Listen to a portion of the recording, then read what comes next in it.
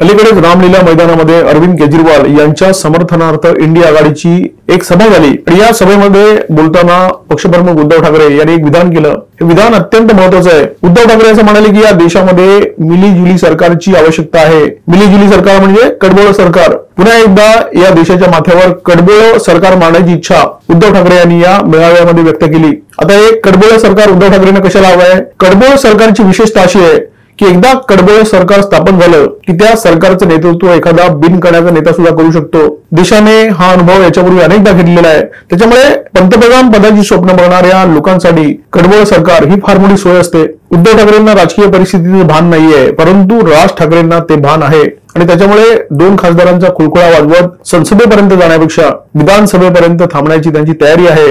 विधानसभा निवडणुकीमध्ये मनसे निश्चितपणे 2 हात करायला सज्ज होईल आणि ताकदीने मैदानात उतरेल रण जिंकण्यासाठी।